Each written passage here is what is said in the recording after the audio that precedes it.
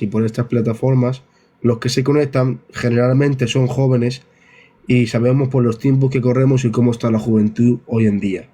Entonces hacemos estos podcasts eso, con la intención de evangelizar. Entonces le hemos dicho a nuestro hermano Adán que está bendecido. Me acuerdo de tus predicaciones en Tetuán y he de decir que soy uno de los que te escuchaban con mucho entusiasmo. Y nada, pues siéntete libre, predícanos lo que tú quieras. Ya te digo, yo no tengo tiempo, no tengo hora. Hasta que el Espíritu del Señor te dé, administranos. Que Dios te bendiga. Amén, Dios os bendiga. Ismael, si me puedes hablar al privado, ¿vale? JM, solo esa pregunta. La depravación total no es inhabilidad espiritual. De hecho, tienes que ver que Caín, después de pecar, escuchaba la voz de Dios. ¿Vale? Y le respondió al Señor, ¿vale? Entonces, no es inhabilidad espiritual. Que esa es una de las cosas que la depravación total no es. Pues yo le decía a él que yo tenía aquí un consejo. Es práctico, no voy a tardar mucho. Y de hecho, voy a dar 3 puntos, Daniel, y lo dejo. Y como te he dicho antes, si quieres que respondamos algunas preguntas, pues las respondemos. Dice la Biblia que hay una parábola en Lucas 13, del versículo 6 en adelante. Dice, tenía un hombre una higuera plantada en su viña, y vino a buscar fruto de ella y no la halló. Y dijo al viñador, he aquí hace 3 años que vengo a buscar fruto en esta higuera y no lo hallo. Córtala, ¿para qué inutilizar también la tierra? Él entonces respondiendo le dijo, Señor, déjala todavía este año hasta que yo cabe alrededor de ella y la abone. Y si diere fruto bien, y si no, la cortarás después. ¿Qué vemos en esta parábola? Vemos a un hombre que tiene una higuera en una viña.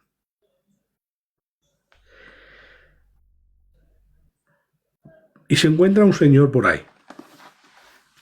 Y le dice, vamos a ver, esta higuera está utilizando tierra para nada.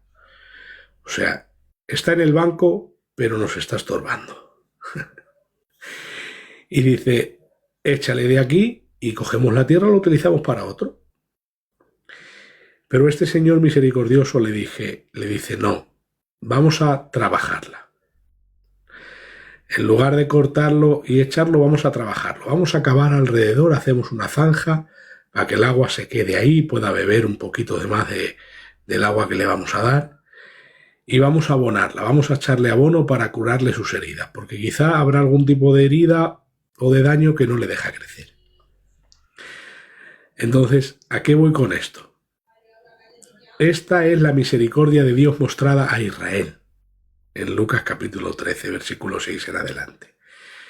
Israel estaba a punto, ¿vale? A punto de ser enjuiciada. Esto doctrinalmente lo podemos ver en otro paralelismo que es Isaías capítulo 6, versos 8 y 9, Romanos 11, el endurecimiento parcial y todas esas cosas. Pero Dios les estaba dando una oportunidad, por eso vino a los suyos y a los suyos vino y los suyos no le recibieron. Vino con el propósito de salvar al mundo y entre tanto que salvaba al mundo, sin duda vino a su lugar de nacimiento y primeramente a la casa de Israel, como enseña la Biblia, pues eso quería el Señor. Y primeramente a ellos en orden, no porque ellos sean más importantes que nosotros, simplemente porque por alguien tenía que empezar. Y quería empezar por su pueblo escogido desde antes, al cual amó, y darle misericordia a Israel. Y la gente evidentemente vio que Israel no se lo merecía. Y esta parábola simboliza eso. La gente dice, destroza a Israel, si ya no merece más nada. Y el Señor dice, bueno, vamos a darle una última oportunidad. Porque al final la misericordia de Dios no tiene límites. Lo que tiene límites es nuestro tiempo, es limitado. Y dentro de nuestro tiempo Dios marca finales, ¿vale? Dios marca finales porque no somos eternos. Entonces tiene que de alguna manera hablarnos de una última oportunidad. Ese es el contexto, es Israel. Pero hoy quiero aplicarlo a la misericordia de Dios. ¿Por qué Dios tiene esa misericordia con Israel? Pues por la misma razón que la tiene por nosotros, porque nos ama. Y esa higuera hoy día puede ser tú que estás en tu banco. Puede ser que no estás produciendo fruto. Y no sabemos la razón. Quizá tienes algún daño o algún trauma que no quieres decir o que no quieres aceptar. Y quizá a tu alrededor haya alguien decidido a cortarte de raíz y echarte fuera. o a pensar que no te mereces estar sentado en ese banco. Pero el Señor te dice que no va a quitarte el lugar del banco en el que estás sentado para dárselo a otro, que lo que el Señor prefiere hoy es trabajarte. Y por eso creo que esto es un mensaje absoluto de evangelización.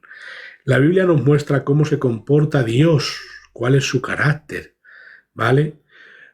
Cómo es que Él mira nuestra debilidad, nuestras heridas, nuestro daño, nuestra falta de fruto y cómo reacciona Él. Cualquiera que viese a un cristiano con falta de fruto seguro que le despreciaría, como ese, el que tenía la higuera en una viña, que una higuera no debe estar en una viña, pero bueno, eso dicho sea de paso no lo voy a explicar. Para no enredarme, el asunto es que hay muchos como el señor ese de la higuera, que desprecian las higueras porque él considera que no tiene fruto y lleva años sin dar fruto. ¿Qué quiere decir que llevaba años sin dar fruto? Pues quiere decir que nunca es tarde para dar fruto si el Señor es el que va a tratarte. Si el Señor es el que va a tratarte, tú tranquilo que tu herida se va a curar. Y el mal que te han hecho va a desaparecer y lo vas a olvidar y lo vas a dejar atrás. Es verdad que para crecer se necesita sanidad y se necesita salud. Entonces es importante que dejes que Dios te trate. Todavía déjale tratarte una vez más, aunque sea este último año. Para el año que viene, si quieres irte al mundo, pues bueno, al menos lo has intentado. Que Dios quiera que no.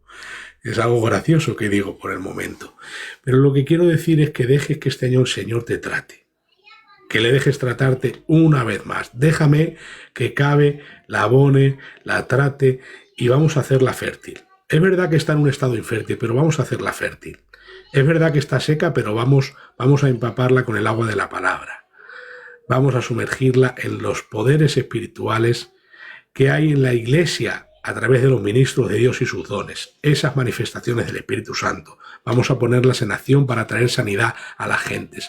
¿Por qué hay tantas heridas sin sanar? Porque a veces estamos aplicando instrumentos que el Señor no quiere que apliquemos. Si tú tienes una herida sin cicatrizar, le tienes que echar cicatrizante. No le puedes echar alcohol. Alcohol se le echa para desinfestar. Si tienes una herida infestada, no le eches cicatrizante porque la vas a cerrar infestada. Para desinfestarla, échale alcohol. Pues eso está en el Evangelio de Jesucristo. Cada uno tiene que trabajar en su área para sanar a los heridos. ¿Por qué hay tantos heridos en nuestro cuartel de guerra y hay tan poco artilugio de sanidad? Pues porque no estamos utilizando lo que el Señor ha puesto en la Iglesia para que se desarrolle, para tratar esas heridas, para tratar esas personas. Porque hay gente decidida a despreciar a los que no tienen fruto por el momento. Pues porque no tenemos a gente con visión de Dios, que sepa que aún se puede sanar a la gente, que aún hay una misericordia y un brazo de Dios extendido para salvar, para trabajar, para sanar. Por eso ya te he dicho que iba a tardar 10 minutos, porque yo creo que el mensaje ha quedado claro. El Señor está decidido a tratarte una vez más. Y si es el Señor, ya no son los hombres. Ya no es ese que tenía una higuera en la viña y la ve y la quiere desenterrar y tirar a la basura. No. Aunque así hay muchos en medio de la Iglesia. Pero el Señor hoy sale a tu encuentro y te dice, ven una vez más. Yo no sé cómo estás, que es un cliché que se dice mucho, pero en el evangelismo es lo que pega realmente decir. Yo no sé cómo te consideras a ti mismo, yo no sé qué es lo que está haciendo que no tenga fruto, qué es lo que te está deteniendo, cuál es tu herida, cuál es tu trauma, pero lo que sí sé es que Dios sabe sin lugar a dudas cavar alrededor tuya, echarle agua, echar abono y tener la paciencia para que crezcas. Hay una historia en la Biblia que me define mucho, una historia parábola corta que el Señor dice. Dice, el sembrador echó la semilla, se durmió, se despertó, se volvió a dormir, se despertó y la semilla creció sin que él sepa cómo. ¿Qué quiere decir esto? Que lo que hoy siembren en ti, no esperes que recoger el fruto mañana. No esperes que hoy plantes una semilla y mañana ya vayas viendo el brote florecer. A veces, cuando la semilla tarda más en nacer es porque está echando mejores raíces y raíces más fuertes y profundas. Eso sucede con algunos frutos. Cuando un brote de la semilla crece pronto es porque la semilla no tiene en realidad el propósito de crecer mucho, grande y ancho. No. Porque cuando sale rápido es porque quizá va a ser un yerbajo pequeñito que no tiene que sostener mucho peso de responsabilidad, ni de hazañas, ni de nada por el estilo. Pero una palmera tiene que tener mucha raíz para sostener esa altura, el grosor del tallo, esos piezos de hojas y el peso de los cocos. Por eso, si estás creciendo despacito o si estás viendo que tu vida está siendo trabajada pero aún no produce fruto rápido, tranquilo. Piensa que quizás será que estás echando raíces. Tú échate a dormir y descansa, que eso es lo que vemos en la parábola. Se echaba a dormir, descansaba, no se preocupaba por lo que estaba reproduciendo, o si realmente debajo estaba creciendo algo. No, él plantó la semilla y eso es lo que tenemos que hacer nosotros. Tú echa la semilla, no quieras ver el fruto mañana, el brote mañana, y si lo ves mañana, peor señal. Eso es porque la semilla no tiene pensado crecer mucho porque no lo va a poder sostener. Si tarda más es porque son buenas raíces. Deja que germine hacia adentro. Ten paciencia, ya verás los frutos. Una de las cosas que nos desanima mucho es querer ver los frutos inmediatamente. Déjalo, deja ahí, que el Señor siga trabajando. Cuando quiera salir los frutos verás que vas a ser un árbol grande en el nombre de Jesús. Amén. Así que nada, ya no os canso más. Creo que he estado 10 o 15 minutos. Esto es lo que tenía en mi corazón y ya está. Dinos algo, Dani. Amén. Que Dios te bendiga mucho. Pues la verdad que todo lo que has dicho es bonito y bueno. Todo. Desde las respuestas que nos has dado, en las preguntas que te hemos hecho, tanto como en estos 10 breves minutos, pero como decían por ahí, breves pero bravos.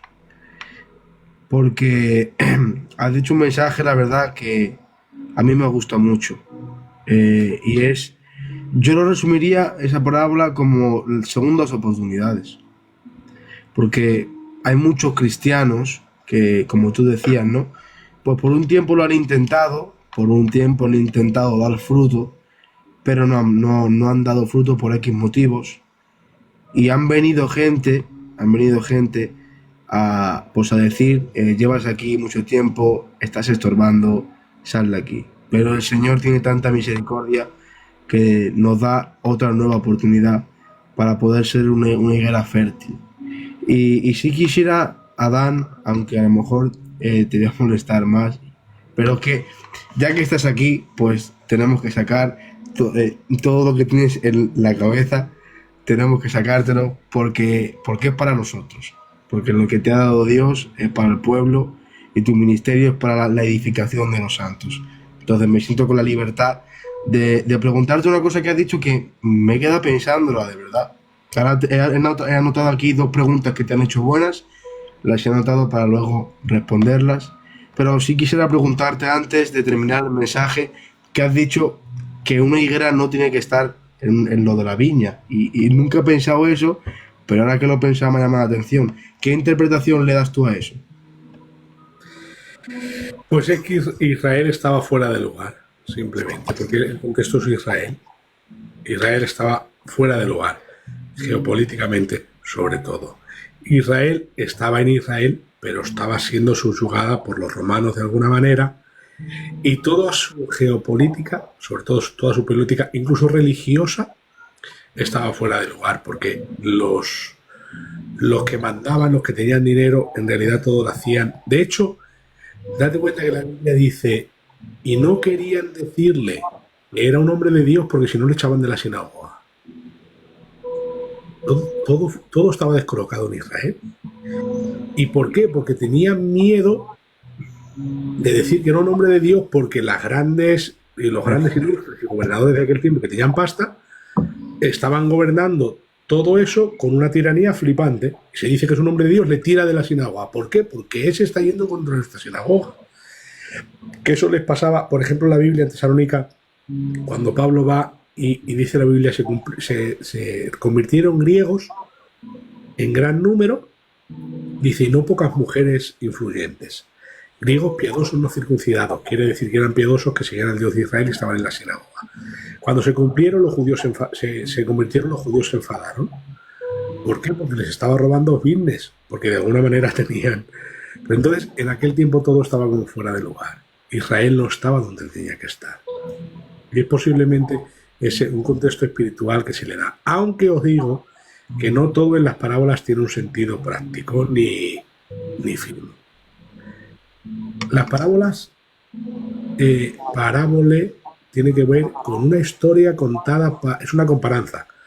Es una comparanza para enseñarnos una cosa, no 50 cosas. Las parábolas de la viuda estaba detrás del Señor. ¿Y quién es el Señor? ¿Y quién es la viuda? ¿Y qué es lo que estaba pidiendo? No.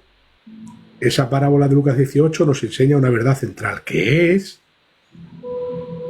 Dios quiere y espera a gente persistente en la oración, porque la parábola era por la necesidad de orar tanto y no desmayar, o de orar siempre y no desmayar. Pues la parábola aquí está diciendo Dios tiene misericordia de su pueblo, punto. Los otros detalles ya no molelan, no señalan firmes. El hijo pródigo, ¿quién es ese tal? Que puede ser sin lugar a duda el hijo pródigo y el que se queda en casa, Israel y las 10 tribus, o sea, las 10 tribus de Israel y Judá, porque es el contexto histórico, o las 10 dracmas tiene que ver con las 10 tribus, de acuerdo. Pero lo que quiere decir en realidad es Jehová ha encontrado lo que se había perdido, o ha salido a buscar lo perdido, punto, ya está, se acabó. Entonces, no se le podría atribuir la falta de fertilidad a la higuera por estar en el sitio equivocado. Puedes hacerlo devocionalmente. Vale. O sea, es legítimamente aplicable, ¿no? Eso es, mira, yo siempre digo, aplicaciones hay miles. Doctrina fundamental solo una. Por eso Agustín de Hipona decía, en lo esencial, unidad. ¿Qué más decía? En lo esencial, unidad. En lo que no es esencial, que no recuerdo ahora cómo lo decía libertad. En todo, caridad. O sea, en todo, amor. Tanto en lo que no es fundamental como en lo que sí lo es. Es que no recuerdo ahora muy bien la frase. Hay uno que dice, Adán, ¿es verdad que todo calvinista cree en el decreto del pecado supra infra? A ver. Hay algunos que dicen, supra infra, que es lo mismo, creen en el decreto. Vale. El otro día, hablando con un amigo mío calvinista, le dije, define decreto. Vale, pues vamos a quedar, vamos a tomar. Y le dije, cuando quedemos para tomar café, tráeme una definición de decreto. Yo voy a dar una muy simple, ¿vale? Una decisión inamovible. Eso es decreto, ¿vale? Una muy simple. Por ejemplo, ¿vale? Se puede definir de más maneras. Entonces, Dios ha decidido inamoviblemente que Adán peque. Plan de Dios también, sin duda.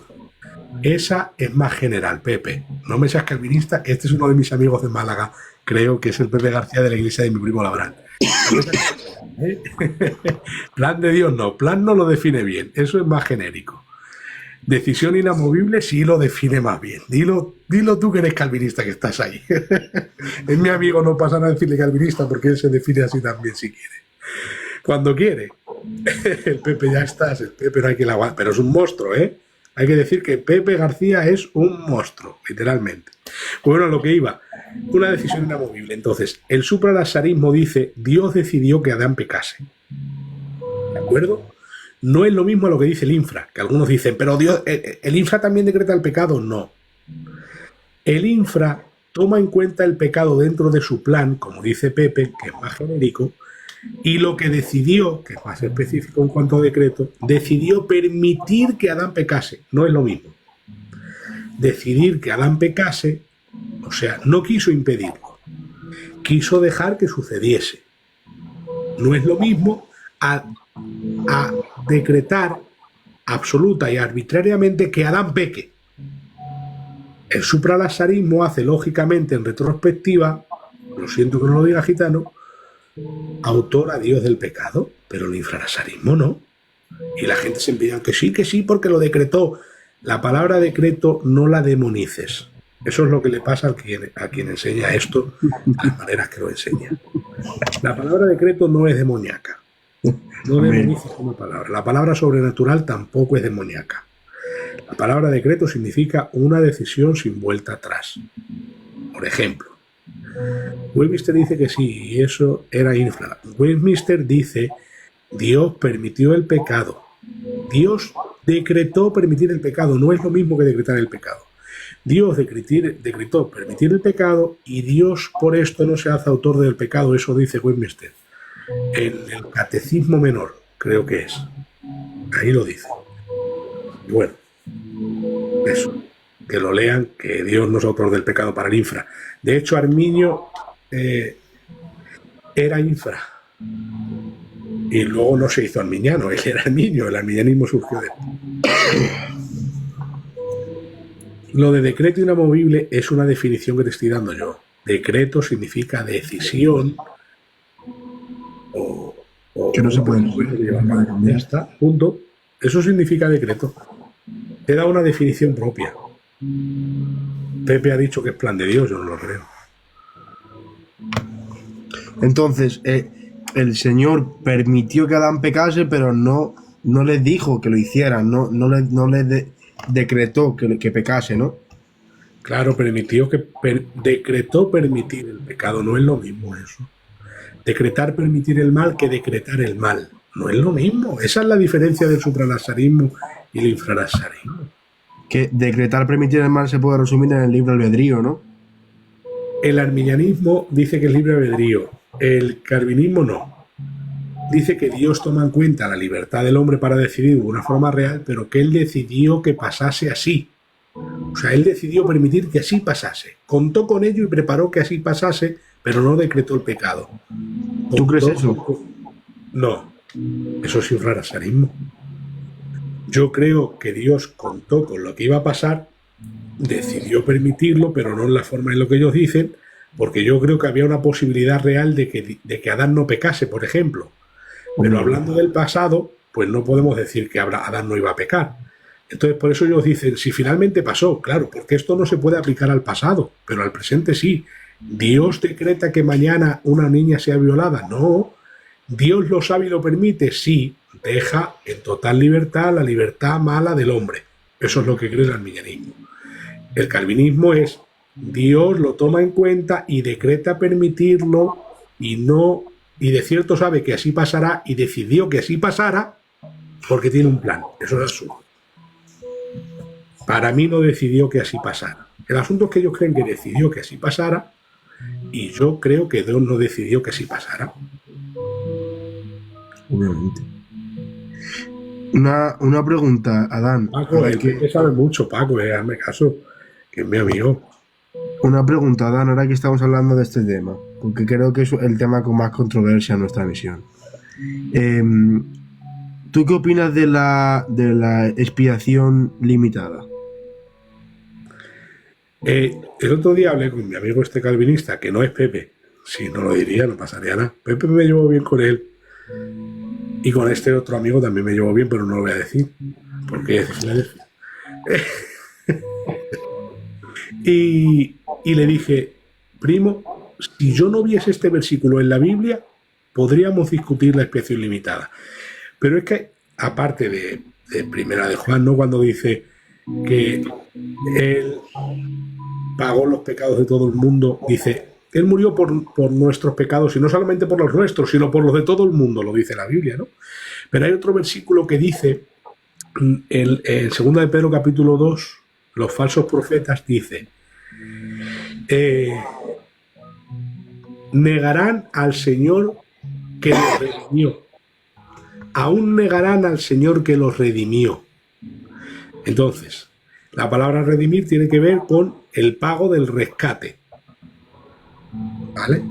El dinero del pecado. Él pagó el pecado de los falsos maestros que se van a ir al infierno. Pero bueno, ¿y por qué se condenan por pecados que ya están pagados? Porque están pagados, pero no están borrados.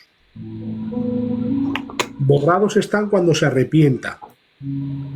Ese pago ha sido hecho, pero no es efectivo hasta que se arrepienta. Es, por ejemplo, tú pagas algo en Amazon, pero luego hay una confirmación en la aplicación. Tú lo pagas, y ya las daba a pagar, pero si no confirmas en la aplicación no se paga del todo, porque hay una condición para que ese pago se realice. Pues ese pago está hecho, pero la realización efectiva es el arrepentimiento. Y estos falsos maestros no se arrepienten. Su pecado ya tiene un precio que cubre el daño de ese pecado, pero no se arrepienten, que es la condición de borrar el pecado, que ya está pagado, ya está. ¿Consideras el punto calvinista de la expiación limitada como una herejía? No, sinceramente.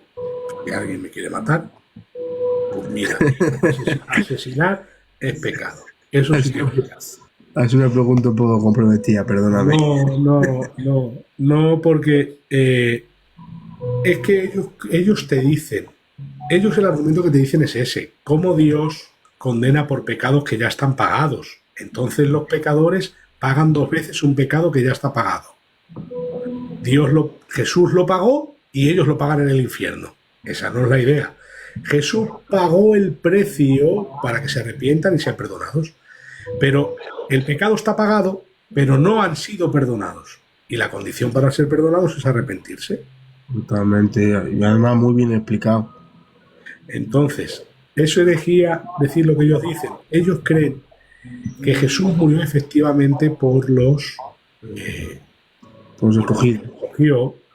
¿Por qué? Porque no están pagados los pecados de los que se van al infierno y luego van a volver a ser pagados en el infierno. ¿Eso qué es? Una mala praxis de la doctrina, una mala forma de mirarlo, es una forma incorrecta. Es como cuando dicen, esto no recuerdo bien la paradoja esta rara que dicen, si tú tienes 50 euros y das y te los gastas, o dejas 3 a una persona y luego te sobran 57 y luego te los va a devolver, le da así, la paradoja era esta, de 50 euros, das uno a una persona, otro a otra persona y otro a otra persona, ¿no? Y te los gastas. Y luego esas personas te devuelven los 3 euros, luego te falta uno. Era una paradoja así extraña que decía, ¿dónde cabe ese uno? Y era porque hacían mal las cuentas. Estaba mal explicado. Es que ahora no me acuerdo. Creo que sabes a lo que me refiero, ¿verdad? Sí. Es una cosa extraña que aparece por ahí. Pues esto es lo mismo. Miran mal, súper mal, la doctrina que tiene que ver con el pecado. Hacemos las cosas. Eso es, está pagado. Pues entonces ya está pagado. No, está pagado, pero no se han arrepentido. Obviamente. La verdad Tienen que ser perdonados. Ese es el asunto.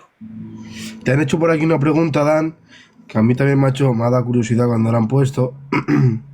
Te han puesto Adán podía no haber pecado, entonces ¿para qué prepararía el cordero de antes de la fundación? Sí, ese sería un argumento calvinista. ¿Para qué preparó el cordero de la expiación? Pues en el arminianismo a las cosas que suceden se le llaman cierto pero contingente. Que los calvinistas también quieren decir eso, que había contingencia real. Contingencias que Adán podía haber no pecado, ¿vale? Era libre para no hacerlo. Eso es lo que creemos. También lo creen los calvinistas, pero para mí es absolutamente absurdo. Porque ellos dicen, por ejemplo, por esto. Jesús tenía que morir por nuestros pecados. Estaba predestinado. Entonces, para Jesús morir tiene que haber pecado. Entonces decretó el pecado. Eso es lo que creen ellos. O decretó permitir el pecado. Pero para nosotros, lo cierto pero contingente, que es la diferencia con el calvinismo, es que de cierto sabe Dios que va a pecar Adán. Supuesto. Y ha querido permitirlo sin ninguna duda. ¿Se puede llamar eso decretar, permitirlo? No, porque decretar, permitirlo es que Dios permitió que lo hiciese porque así lo quería.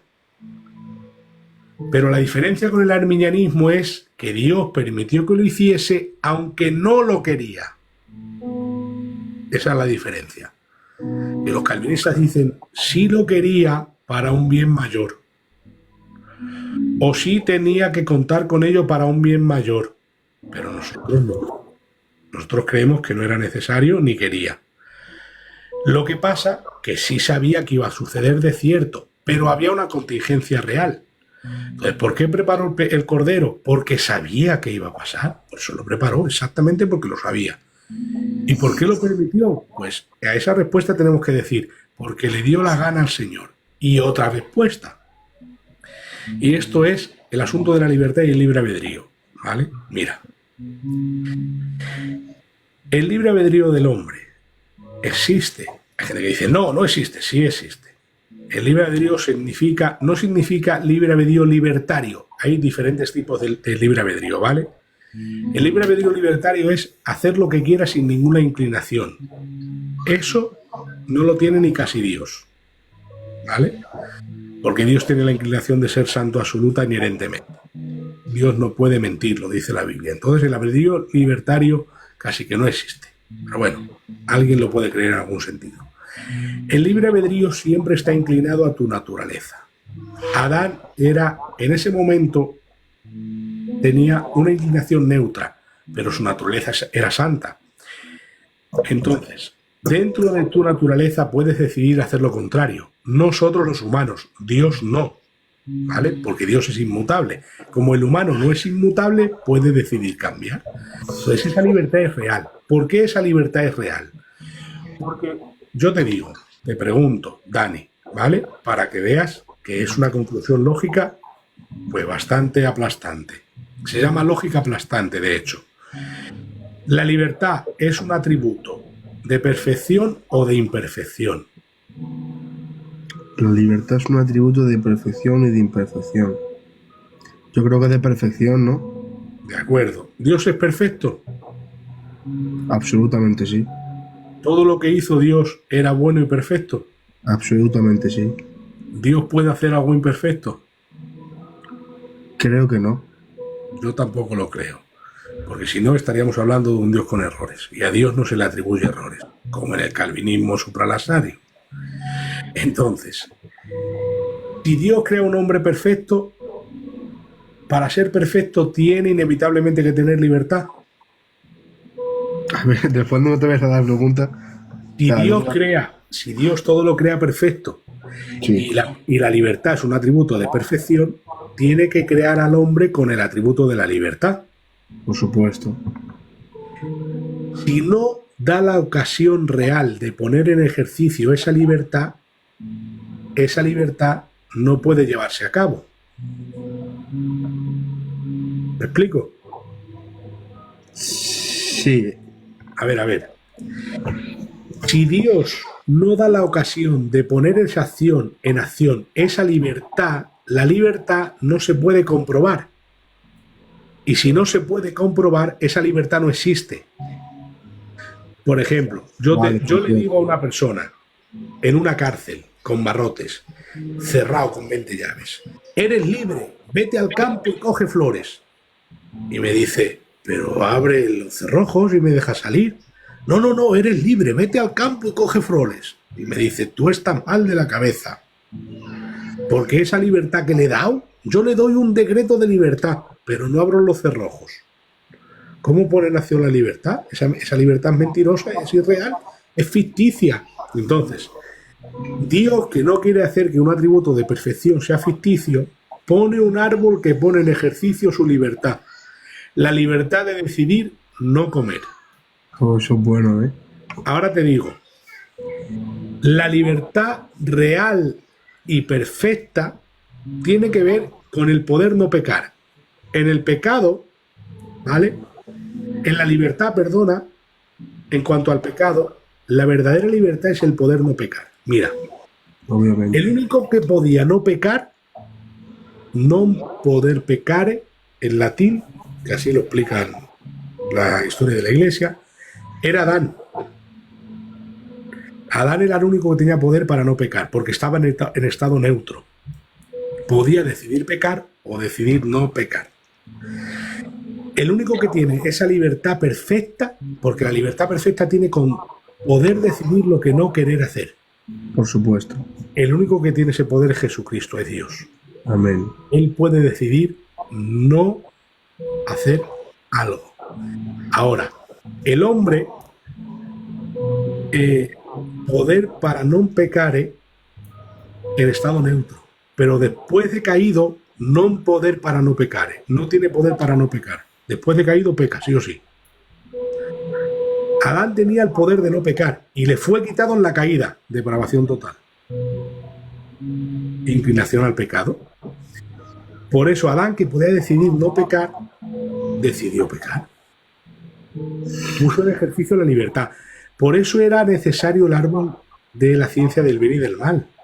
Porque si no está el árbol de la ciencia del bien y del mal, la libertad, que es un atributo de perfección, es un atributo dado ficticiamente sin poder llevarla a cabo efectivamente. ¿Cómo puede llevarla a cabo efectivamente? Porque ahí hay un árbol del que no comer. Y le dice, no comas este árbol. Si comes, te mueres. Y tiene la libertad para decir, no lo quiero hacer. Pero esa libertad le lleva a hacerlo.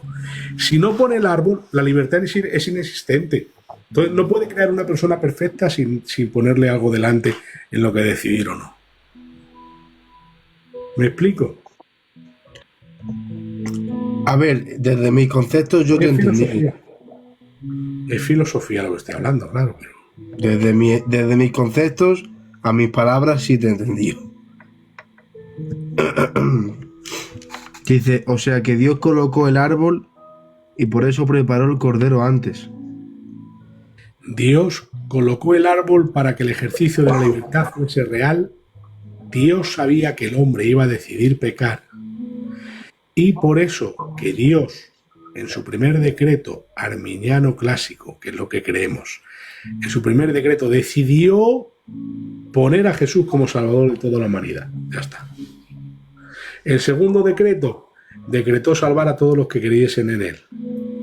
Amén. Eso es lo que dice el arminianismo. Hay un tercer y cuarto decreto. Una pregunta. Hablando de los decretos y saliéndonos un poquito de este tema, ¿tú crees? Porque esto el otro día pues hablaba con un amigo mío y hablamos de este tema. ¿Tú crees que un cristiano puede decretar? Pero decretar no en cuanto a que Dios le haya dicho, porque sabemos que lo que Dios dice lo cumple, sino decreto en cuanto a lo que yo digo. Lo que tú dices porque tú lo digas, no. Yo no creo en esas oraciones de decreto esto y sucede. Eso es absurdo. Porque un decreto lo da alguien con una autoridad que hace que se lleve a cabo eso sin poder ser rechazado. Eso lo puede hacer un rey. Por ejemplo, mira si no podía volver atrás el decreto que en el libro de Esther, cuando el rey sella con su anillo que mueran este día todos los judíos. Cuando él quiere... cuando él quiere echar para atrás ese decreto por la petición de Esther, le dice, Esther, no puedo deshacer el decreto que he firmado con mi anillo. Claro. Dice, puedo hacer otro decreto. Vamos a decretar que todos los judíos se puedan defender sin ser castigados. Y hace otro decreto y los judíos matan a todos los que intentan matarle. Y de esa manera le hace fuerza al otro decreto, pero no lo puede anular. Tú fíjate la locura de lo que es un decreto, ¿no? Pues bueno, por ejemplo, un decreto yo lo miro de esta manera. Dice que cuando le miró, le dijo al ciego Elimas, creo que al brujo Elimas, en Hechos, Pablo, cuando le dice, no solo Dios puede hacerlo, ahora te digo por qué. Cuando le dice, ciego vas a quedarte, veo en prisión de oscuridad, y se queda ciego. Para mí eso es un decreto. ¿Por qué? Porque la palabra decreto no es, te decreto ciego. No. La palabra decreto es una decisión inamovible. Ahora, ¿esa decisión es de Pablo o es una revelación de Pablo en ese momento? Yo creo que fue una revelación, ¿no? Yo también. Pablo le dijo al Señor, se va a quedar ciego, y él dijo, ciego te veo. Ciego te veo, es una visión espiritual.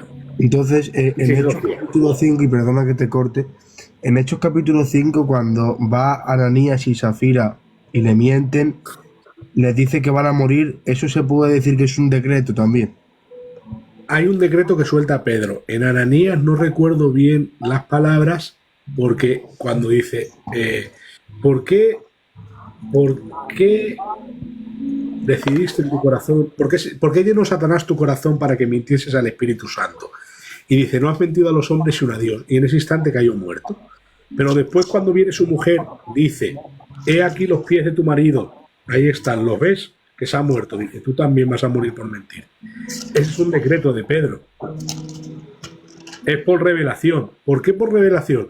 Porque Pedro, al ver morir a su marido, sabía que su mujer también iba a morir. ¿Por qué? Porque se lo reveló el Señor. Entonces, para mí eso es un decreto, pero por revelación. Entonces, ¿creo los decretos que hoy se dan? Pues no, la verdad. Creo que Dios te puede revelar algo y tú lo dices. Por ejemplo, un decreto, porque lo utilizan mucho esto de Elías, un decreto. Antes de ir Elías a decretar que no iba a llover, dice que metió la cabeza entre sus piernas. O sea, oró. Claro, y de hecho, el Nuevo Testamento dice, Elías lloró fervientemente para que no lloviese y para que lloviese. Y era hombre sujeto a debilidades. Entonces, Elías habló conforme a su revelación. Por mi palabra que no llueve. Eso es un decreto. Pero porque Dios se lo había dicho. Claro. Si no te lo dice el Señor, aunque lo diga, llueve.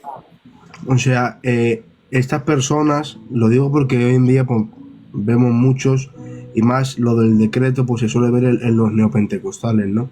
Esas personas que dicen decreto, una situación financiera económica grande sobre tu casa, pero que no se lo ha dicho Dios, sino que es una afirmación positiva. Eso no es un decreto. Nada, eso es absurdo. Eso no es un decreto que Dios lance, y si Dios no lo lanza, no hay. Aunque alguno dice, Elías dijo por mi palabra, claro que sí, por la palabra del profeta. La palabra del profeta tenía la autoridad dada por Dios por revelación, punto. Simplemente. Dice, entonces de una revelación puedes hacer un decreto. No es que puedas hacer un decreto, es que cuando tú hablas una revelación, por ejemplo, hay revelaciones que son condicionales y que no son condicionales. Por ejemplo, Dios me ha dicho que te va a bendecir económicamente en tu venta. Si tú no sales a vender, Dios no te bendice. Obviamente. Pero, por ejemplo, si te dice Dios, me ha dicho el Señor que tú no vas a hacer nada y Dios te va a dar mucho dinero sin hacer nada. Eso es un decreto inamovible porque tú no tienes que hacer nada. Si tú no haces nada, te viene. Aunque en cierta manera es condicional. Pero cuando hay un decreto activo, o sea, una revelación activa momentánea, como esa de Pedro, o de Pablo, o de Elías, son revelaciones que Dios les ha afirmado. Y van a suceder porque Dios las ha afirmado. ¿Sabes? Ves y haz esto porque yo lo voy a hacer. Vamos, pues ya está. Entonces, por ejemplo, ¿no? Porque esto lo vi yo el otro día. Por ejemplo, decir, no, ahora mismo este podcast, ¿no? Antes de nosotros empezar el podcast, yo decir, decreto en el nombre de Jesús que va a ser de bendición. Y a mí Dios no me ha dicho nada. Pues es absurdo. El hombre no tiene ningún poder ni autoridad. Cuando dice la Biblia, por cierto, dicho sea de paso, el poder de la vida, de la muerte está en la lengua. Poder para bendición, poder... El poder de la lengua. Primera de Pedro, puede ser. No, Proverbios, creo que es. Cuando hablamos del poder de la lengua, ¿sabes lo que quiere decir ahí? El poder de la vida y de la muerte está en la lengua. Lo que está diciendo ahí, cuida lo que hablas porque te puedes comprometer para vida o para muerte. Tu boca puede provocar que te maten o que te dejen vivir. Ten cuidado de tus palabras, no seas fiador de ellas para que luego quizá no puedas llegar a pagar lo que has cogido prestado. Esa es la idea. ¿Sabes? Dice Ángel Suárez Vázquez, ¿puedo hacer una pregunta? Es que no sé... Es que no... Espérate, porque no sé si es... Bueno. Lleva todo el día preguntando lo del arrebatamiento. Como que sabe él más que Evis Carballosa, Samuel Pérez Millón, MacArthur, el dispensacionalismo. Hay supermaestros dispensacionalistas, olvidaros de esa pregunta. Quien se quiera quedar, que se quede, yo me voy. Pero si es esa pregunta, hazla y te diré, yo creo que sí, punto. Creo que vamos a ser librados de la ira. Para ti, ¿qué es la ira? Y para mí, ¿qué es la ira? Porque la Biblia dice que vamos a ser liberados, ya está. Entonces habrá que hacer un estudio de qué es la ira. ¿Crees que no la pasamos, no? No me enfado, pero si es que llevas toda la noche preguntándolo, como que el arrebatamiento fuese una doctrina fundamental. Y a mí no me importa si pasamos la tribulación. Como denominación, y personalmente me inclino a que no la pasamos. No por la denominación, porque me inclino a ello. Que no la descarto, no hay ningún problema en eso. Una pregunta, Dan, porque esto lo hemos leído en el libro que nos dio para los candidatos, para el examen, en la teología, que no me acuerdo cómo se llama, lo de los últimos tiempos, no me acuerdo cómo se llama. ¿Cómo se llama? Soteriología, ¿puede ser? Escatología. Escatología, eso. Dicen, ¿vale? En el libro eso lo dice, o algo así leí yo, que dice que en la gran tribulación se desatarán las copas de ira. Sí. Y en un versículo de la Biblia dice que no fuimos creados para ira, sino para misericordia o algo así, dice la Biblia. La salvación por medio de nuestro Señor Jesucristo. Primera Tesalonicenses capítulo 5. ¿Ese texto se puede apropiar a que no pasamos la tribulación por eso? Ese es uno de los versículos. Luego, algunos dicen, la ira comienza a partir de la mitad. Pero en el capítulo 6, antes de comenzar, en cronología apocalíptica, ¿vale? En el capítulo 6, antes de comenzar la segunda parte de la gran tribulación, dice ¿quién se va a esconder de la ira del Cordero porque la ira del Cordero ha llegado? Esa frase en griego quiere decir que la ira del Cordero está aquí. ¿Por qué se dieron cuenta? Por el terremoto. Pero antes del terremoto la ira ya estaba ahí. Entonces, para mí se le llama ira a todo ese acontecimiento final, no solo a la segunda parte de la tribulación. ¿Por qué también le llamo gran tribulación a la primera parte de la tribulación? Porque algunos dicen, la primera parte es tribulación y la segunda gran tribulación. No. Eso dice. En el capítulo 7 está lo que se llama el pequeño paréntesis. Esto es cronología apocalíptica. Del 1 al 3, el mensaje a las iglesias. Del 4 al 6, primera parte de Apocalipsis. Del 7 al 8, el pequeño gran paréntesis que explica el capítulo 6 y 7.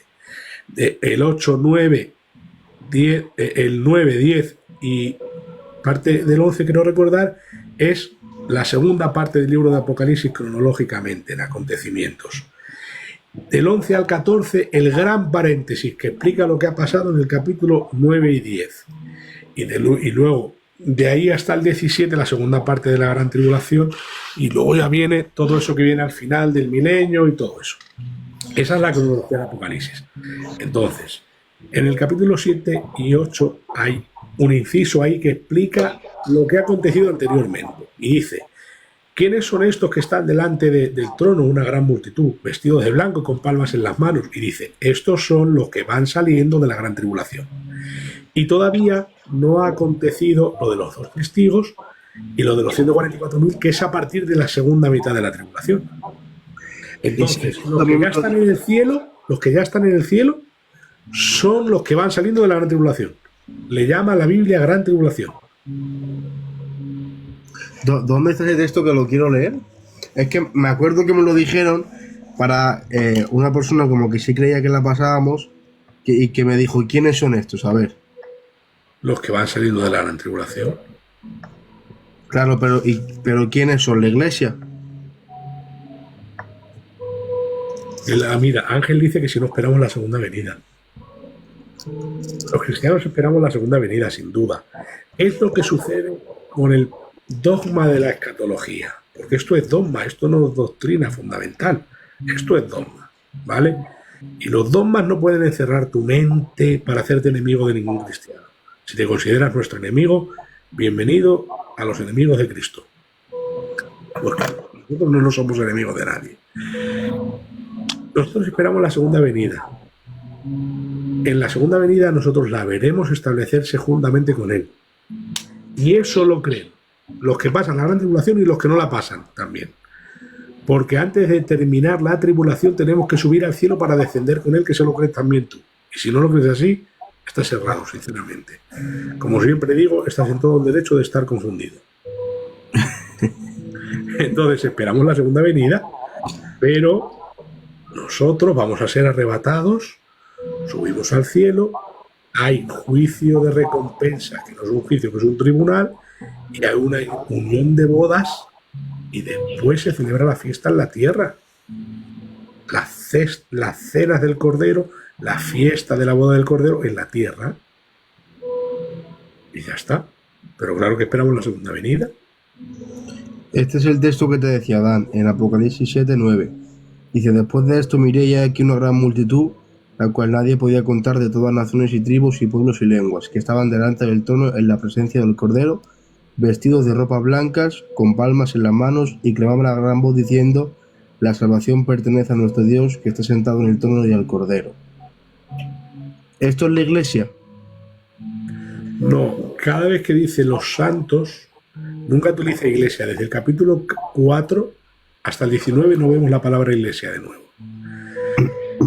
Por eso creemos que son los santos referencia a, como siempre se ha llamado, a los antiguos testamentarios santos, que es la referencia al pueblo de Israel, a sus santos. Creemos, algunos dispensacionalistas le dicen, yo también estoy de acuerdo con eso, la iglesia de la tribulación, de acuerdo, la iglesia de la tribulación, pero no la iglesia que ha sido arrebatada. Ese privilegio no lo han tenido mis pobrecicos. ¿Se descarta totalmente la opción de que sean los 144.000? Los 144.000 vienen después, en el paréntesis. Creo que en el capítulo, es que ahora no lo recuerdo, en el paréntesis habla de esta multitud, y también habla de los 144.000. ¿No? Claro, el paréntesis es la multitud y los 144.000.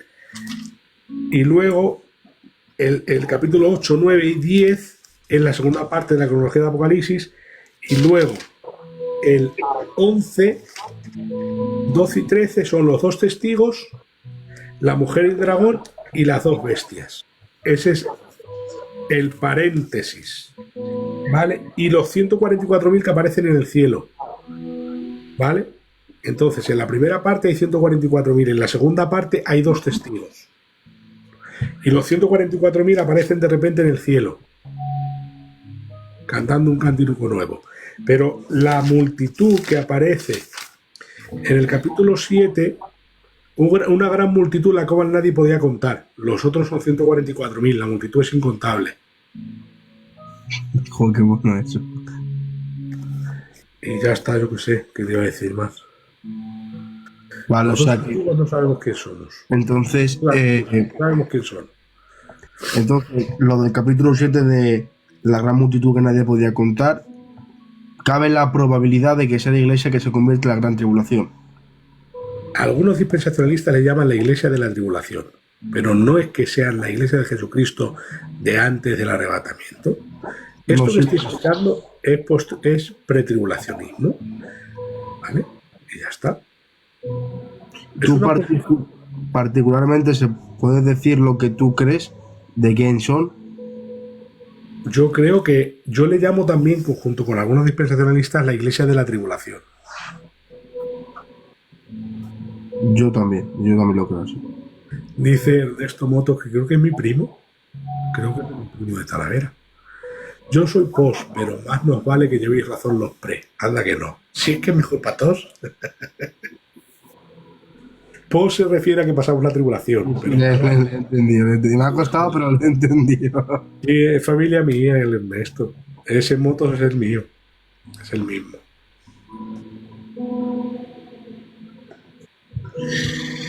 Bueno, pues yo creo que ya te he hecho aquí todas las preguntas que había aquí. Si alguien tiene alguna pregunta más, aprovechando ahora que tenemos a una persona por arriba había un montón, pero ya al saber, bueno, de ellos. Bueno, si alguien tiene una pregunta, pues que la vaya poniendo, porque bueno, oye, lo malo es que los que lo hacen con intención de debatir, eso no me gusta, pero bueno. Me da igual, le voy a contestar como ellos quieren ser respondidos, porque yo no le veo mucho rollo a eso. Adán, responde sobre los dos testigos.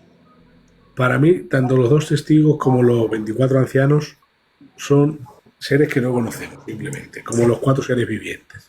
Coinciden con cosas con los serafines y con cosas con los querubines, entonces no es ni una cosa ni otra. Los 24 ancianos no define la Biblia quiénes son, algunos le quieren aplicar a la fuerza la representación de la Iglesia Universal, 12 patriarcas, 12 apóstoles, simplemente son ángeles de un rango o una autoridad superior en aquel momento, o un provecho o beneficio superior. Bueno, como quieras llamarlo. El asunto es que no lo sabemos. Y los 2 testigos, aunque coincidan con el fuego y con el agua, como Moisés y Elías, no se dice que son. Y no necesariamente tienen que resucitar para volver a morir. Creo que Elías y Moisés están... Moisés creo que murió directamente, porque Dios lo enterró. Y Elías creo que subió desencarnado. Y será transformado y perfeccionado juntamente con los santos de la primera resurrección. No creo necesariamente que tenga que resucitar para volver a morir. O Enoc que tenga que resucitar para volver a morir, tampoco lo creo. Creo que ese traspuesto fueron transformados, como nosotros, en algún sentido. Transformados hablamos del cuerpo intermedio que llamamos en la teología, que es un tema muy profundo y extraño, pero bueno, que es el cuerpo desencarnado, el cuerpo intermedio, hasta que no se le llama cuerpo tampoco, es una forma de definir al espíritu desencarnado hasta que Cristo venga y nos transforme a todos. No entiendo, de verdad, te lo digo. Con toda la sinceridad del mundo. ¿Cómo sabes tanto? Es increíble, macho. O sea, te digo, dime la fórmula de la salsa boloñesa y me la dices. Increíble. Estoy seguro que sale. Dice, hay una pregunta que dice, Josué, es el principio de todo, dice, Adán, ¿por qué cuando Jesús resucita en ningún momento va donde su madre? Creo que quiere decir. Es que han hecho un montón de preguntas. A ver, cuando murió Jesús le encargó su madre a una persona que fue a Juan. Juan estaba entre los 11 apóstoles que estaban en el aposento alto. La madre de María ya estaba al cuidado de un gran hombre de Dios que era su primo hermano. Y aunque la Biblia no diga algo, no quiere decir que no pasó. Eso se llama el argumento del silencio. No podemos decir que Jesús no fue donde María. Tampoco podemos afirmar que fue donde María, contundentemente, pero yo, con toda probabilidad, creo que fue a buscar a su madre. Es verdad que el orden de las apariciones aparece en 1 Corintios. Primeramente se le apareció a tal, después a Pascual, lo dice la Biblia. Pero en esas apariciones seguro que su madre estaría. Por ejemplo, a los 500 que aparecieron una vez. A lo mejor su mamá estaba ahí a su lado, pero no lo sabemos. Pues responde a las preguntas que quieras porque hay un montón. ¿Se puede caer de la gracia? Sí, caer de la gracia se puede caer, que es desligarse de Cristo, no aprovechando los beneficios de la gracia. Si se puede desligar de Cristo, se puede caer de la gracia. ¿Cómo se cae de la gracia? Justificándose por la ley, lo dice la Biblia. Entonces, los que vuelven al judaísmo y a sus formas legales de justicia están cayendo de la gracia.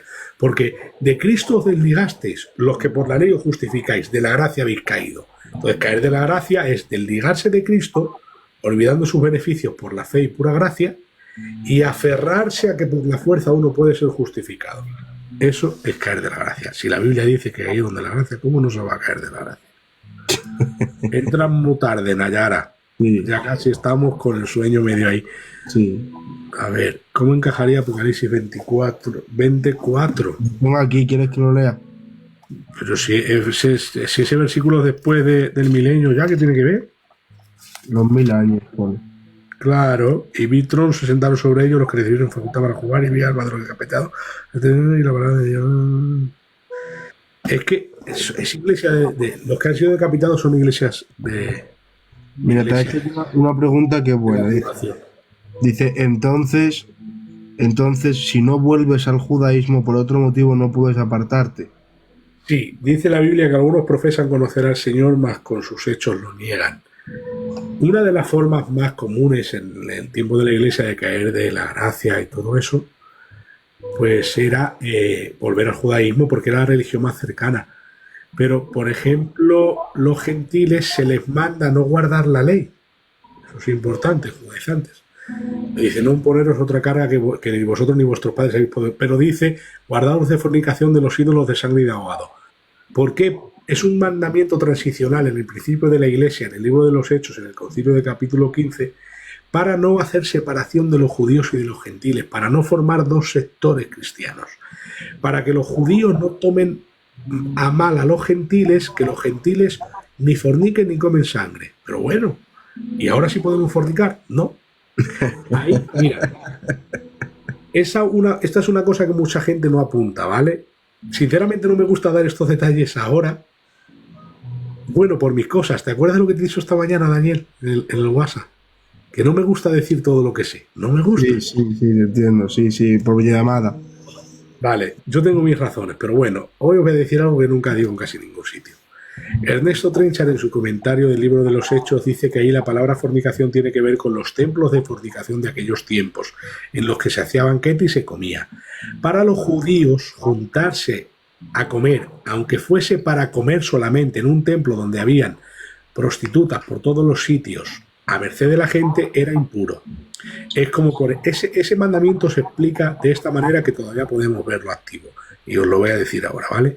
En aquellos tiempos existían en Corinto, en Grecia en general, templos dedicados a la prostitución, sobre todo en Corinto, ¿vale?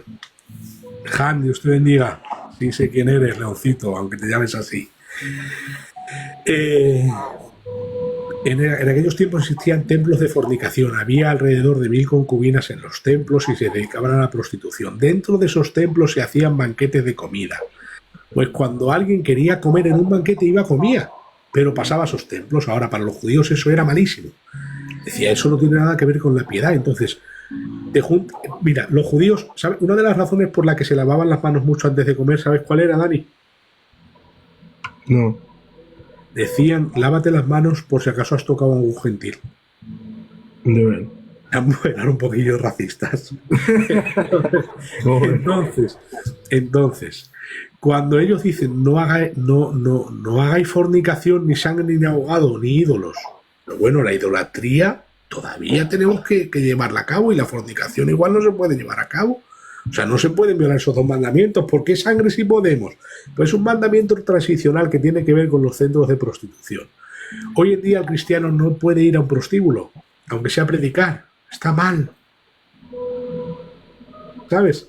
Pues lo que quería decir en esa época, que para los judíos era muy contaminante, todavía llevaban en la cabeza el culto racional que tenía que ver con lo ritual, el culto ceremonial. Si alguien toca a un muerto es inmundo. Si alguien toca a una mujer con menstruación es inmundo. Si alguien fornica es inmundo hasta la noche. Eso lo dice la Biblia. Entonces, ellos decían, para que los judíos no se desvinculen de vosotros, un mandamiento transicional. No vayáis a sus templos a comer, hijico, que les hacéis mal a ellos, a la conciencia de los judíos. Me cuadra mucho. Esto apunta a eso de la fornicación.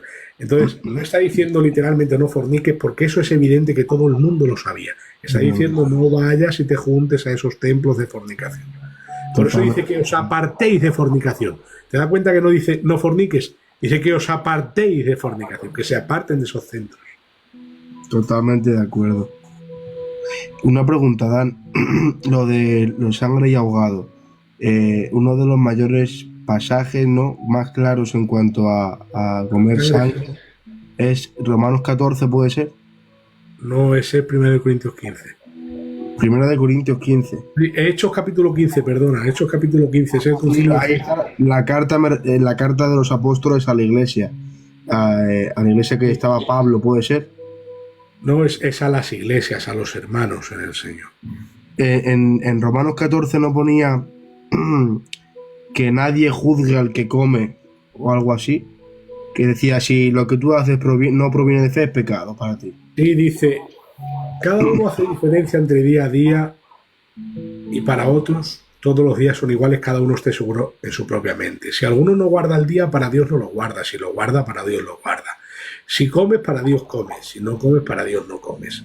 Si morimos, para Dios vivimos. Y si morimos, para Dios morimos. En todo caso, del Señor somos. Esa es la conclusión. Y ahí dice, no, el que come no juzga al que no come, y el que no come no juzga al que come. Está hablando de la ley de la conciencia, que tiene que ver con algo similar a lo que estaba pasando en Hechos capítulo 15. Es sobre lo dudoso. ¿Sabes? Sobre lo dudoso, ¿se puede hacer esto o aquello? Bueno, yo siempre digo que si te lo preguntas, ya no lo puedes hacer. Porque si no estás seguro de que se puede hacer algo, Romanos 14 dice, todo lo que no proviene de fe es pecado. Entonces, si no estás seguro que se puede hacer, no lo puedes hacer, punto. Y la morcilla de Burgos se puede, las demás no. Dejo claro que eso es un mandamiento transicional para no dividir la iglesia. Entonces, esta pregunta venía, Dani, por si solo se podía pecar de forma que tenía que ver con los judíos. Pues que no he terminado de responderle a una mujer que ha preguntado eso. Sí se podía pecar de otras maneras, violando la conciencia del hermano, yendo a los templos estos de fornicación.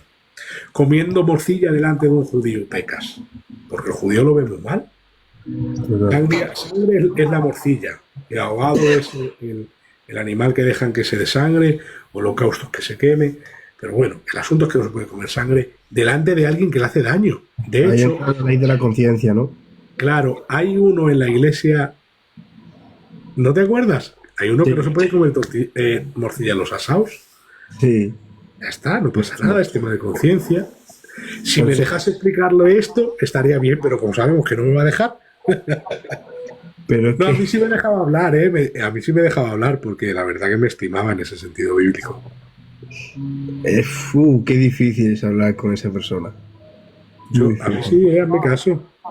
Nosotros lo intentamos una vez y madre mía, la que nos lió, salió con una Biblia corriendo detrás nuestra.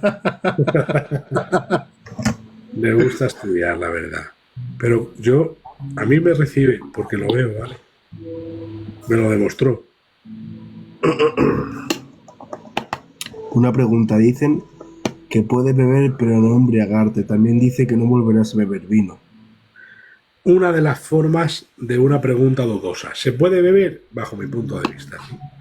Ahora, en Estados Unidos, quien bebe es un inconverso, aunque sea un trago. Tú no puedes beber nada de vino con ellos porque les vas a hacer pensar que eres un converso y no te van a dejar beber. O sea, y no puedes beber delante de ellos, es pecado. Yo le pregunté al pastor Isaí de Estados Unidos, para ti uno que fuma nacido de nuevo, dudaba tanto que me dijo no. Y nosotros tenemos algunos ministros que fuman, ¿no? Pero para él eso es un tema dudoso. Entonces yo no le puedo hacer creer a la fuerza que no es así. Que él crea lo que quiera y ya está.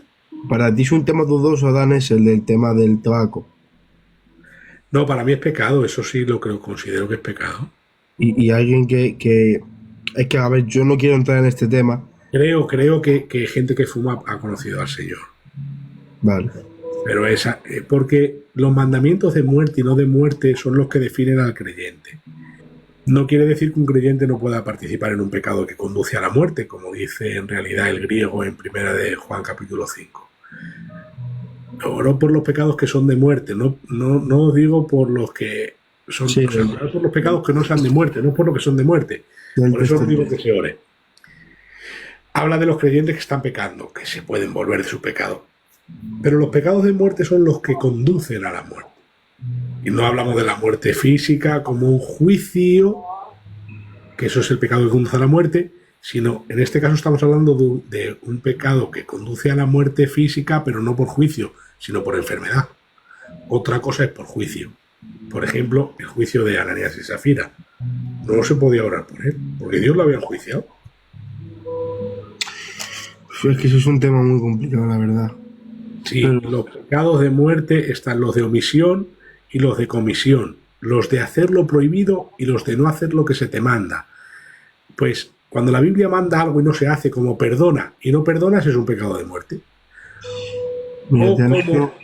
Entonces, la Biblia dice que hagas algo y tienes que hacerlo.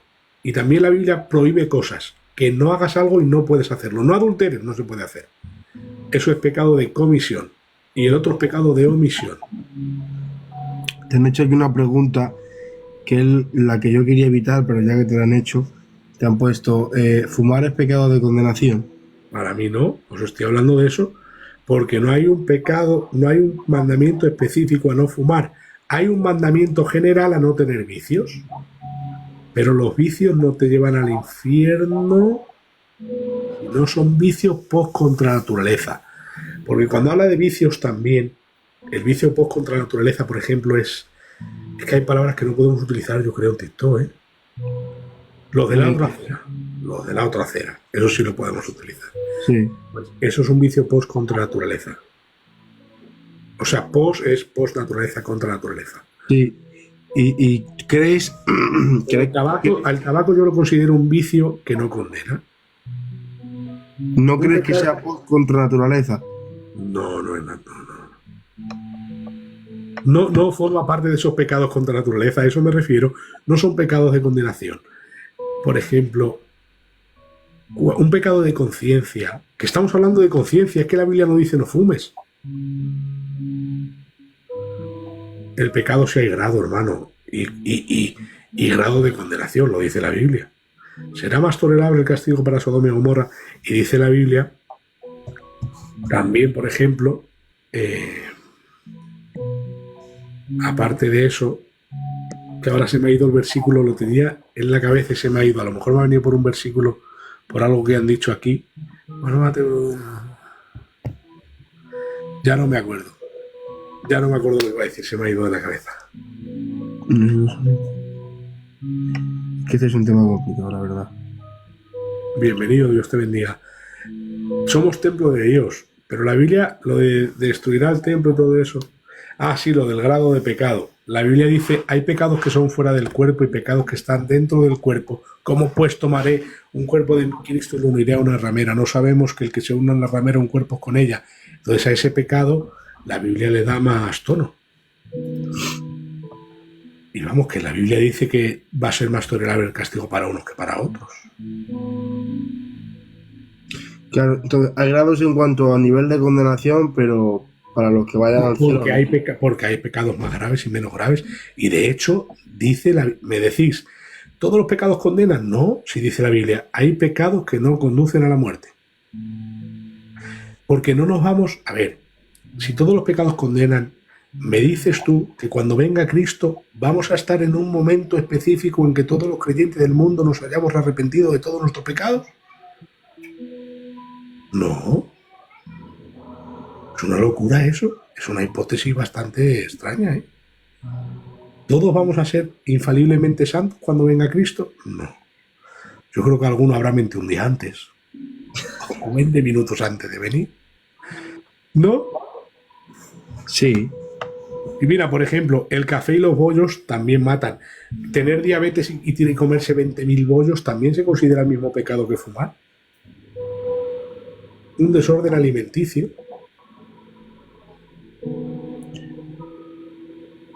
Que este tema es un poquillo... Prefiero el tema del calvinismo, ¿eh? No, porque el pecado es hacer algo que a Dios le desagrade. Se le llama pecado a todo lo que desagrada a Dios. Ahora, transgresión de la ley es lo que significa pecado. Pero le llamamos pecado al tabaco no porque sea pecado porque la Biblia dice que no fumes, sino porque consideramos que está mal. Por eso se le llama pecado. Como dice bienvenido, un pecado venial, una falta menor que no destruye la vida de gracia, pero la debilita. Está el pecado venial y el pecado que no es venial, que conduce a la muerte. Un pecado de muerte, penal, que la Biblia dice no adulteres. Si adulteras, pues claro que te puede condenar el Señor. Pero Cuando no se arrepienten y son salvos. Cuando dice pero la debilita, ¿en cuanto a qué la debilita? Cuando dice no, la vida, debilita la vida cristiana, la vida de gracia. ¿En cuanto a qué? Perdona, lo pregunto por ignorancia. Que no condena, que debilita tu santidad, tu vida de gracia en cuanto a Dios, pero no te condena. De los pecados estos veniales y no veniales, miraos a los calvinistas porque son monstruos. De los comisión y omisión, no hay que los aguante. R.C. Sproul, escucharlo, la doctrina del pecado, no hay que lo aguante. Dicen, Adán, ¿cómo puedo empezar a estudiar la Biblia? Porque no sé. Son las 2:45 y vamos a ir terminando. Pues yo siempre digo que para estudiar la Biblia hay que leer y leer y leer y leer y leer y leer y leer. Johnny, Dios te bendiga. Ya te venderé más libros por ahí.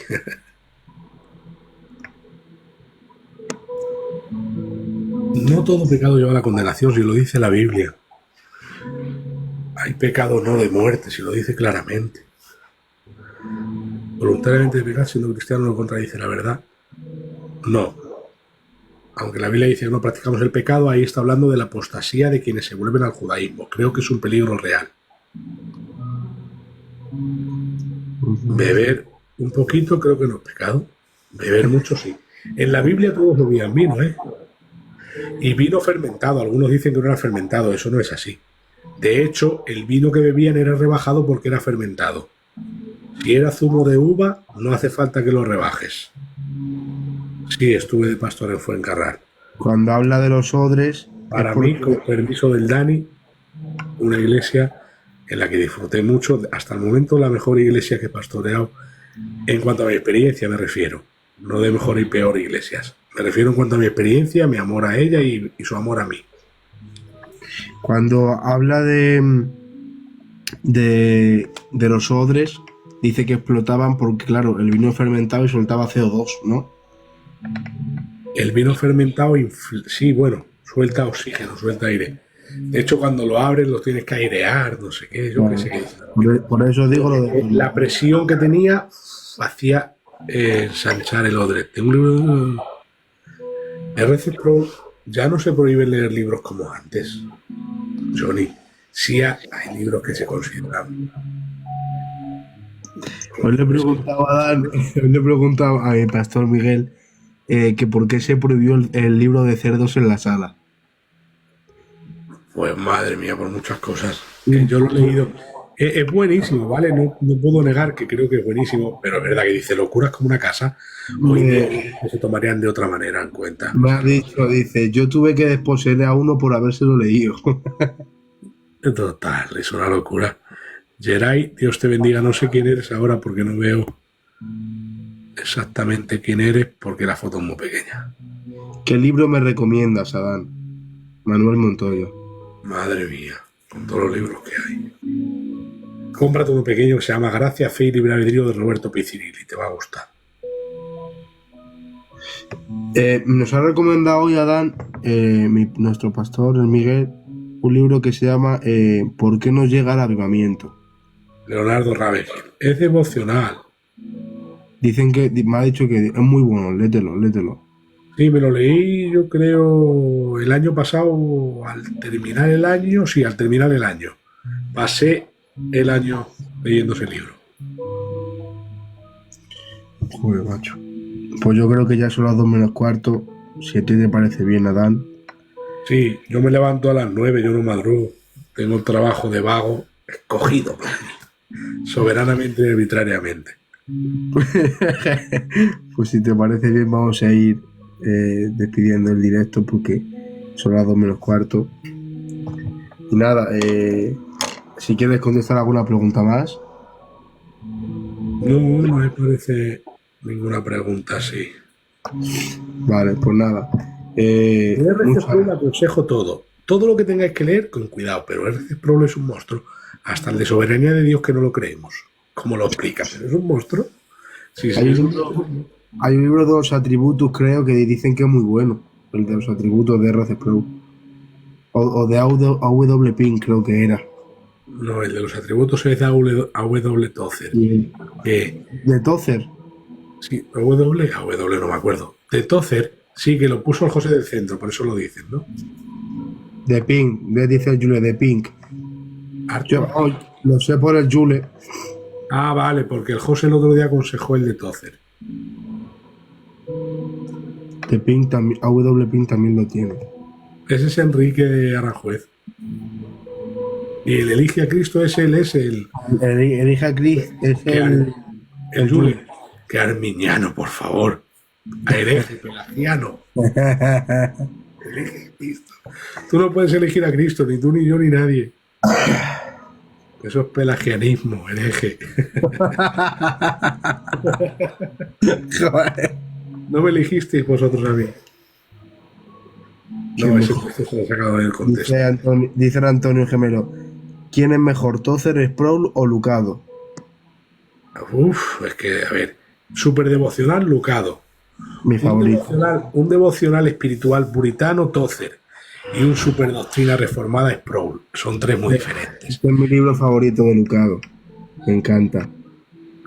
Si yo quiero leer un devocional, me leo Lucado. Si yo quiero leer algo doctrinal, me leo Sproul. Si quiero leer algo que tenga que ver con una mentalidad puritana, de santidad, de integridad, de espiritualidad, Tozer. Puedo elegir, no os aguanto. Puedes elegir si echarte ketchup o mayonesa, pero tu salvación, por favor.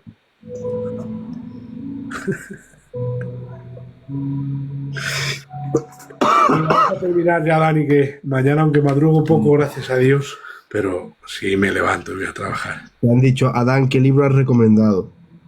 Gracia, Fe y Libre Albedrío, Roberto Pizzerilli. Es un libro arminiano clásico que hace unas exégesis tremendas. Soy pastor o sea, soy profesor. Sí, enseño teología, pero en público no. Me grabo, pero eso solo para mis estudiantes. Soy profesor del seminario bíblico de... Sí, mi autor favorito es Trenchard, sí. Ahora no, ahora es Guillermo Hendrickson. Soy profesor en el seminario de Ebez. ¿Quién me la había preguntado? No me acuerdo de su nombre. Bueno, ¿quién me la había preguntado? Soy profesor de los candidatos. Sí, enseño teología. Como ha dicho Pizzerilli. Da igual. Vosotros poner Gracia, Fe, Libre Albedrío, os va a salir un libro verde y se llama Roberto Pizzerilli. Es italiano, por eso Pizzerilli. Es italiano. Bueno, es para candidatos, pero puede venir quien quiera, ¿sabes? Está en Madrid. Claro, si no estás en Madrid, eso. Bueno, pues yo creo que vamos a ir terminándolo ya. No paramos. Sí, por eso digo, porque seguimos hablando y nos dan aquí las 5. Bueno, pues gracias a todos los que habéis estado. Por las 130 personas que hay a las 2 de la mañana casi a Dan, eso, si no lo hace Dios, no hay quien lo haga. Gracias por todos los que habéis estado aquí, por todos los que habéis hecho posible que se haga este podcast, ¿no? Por vuestra colaboración, al compartir, dar me gusta, etcétera. Darle gracias a mi hermano, y tengo que decir desde aquí también a mi amigo Adán, por su disposición, por su humildad, porque son las 2 de la mañana, como ha dicho, madruga mañana para ir a vender flores, y está aquí con nosotros a las 2 de la mañana dándonos consejos, como ha dicho la Losada, dándonos una clase. Así que muchas gracias, Adán, desde aquí, que Dios te bendiga un montonazo por tu esfuerzo, por tu disposición y por tu humildad. Muchas gracias. Nada, me gustaría, Dan, pues que cerrases este directo dando gracias a Dios y haciendo una oración. Pedro Losada es mi hermano. Yo soy uno de sus hermanos pequeños. Y el infralazarismo no decreta el pecado. Dejar permitir no es decretar el pecado. Si no lo aprendéis es porque no leéis libros. Dejar de preguntar a ChatGPT en el nombre de Jesús. Siempre digo, no se estudia en Google mirando artículos, aunque te miren los artículos de los más expertos. Los sacan de su contexto porque no está leyendo el libro. Leer libros. Libros, leer. Pero damos gracias al Señor, Dani, ¿no? Sí.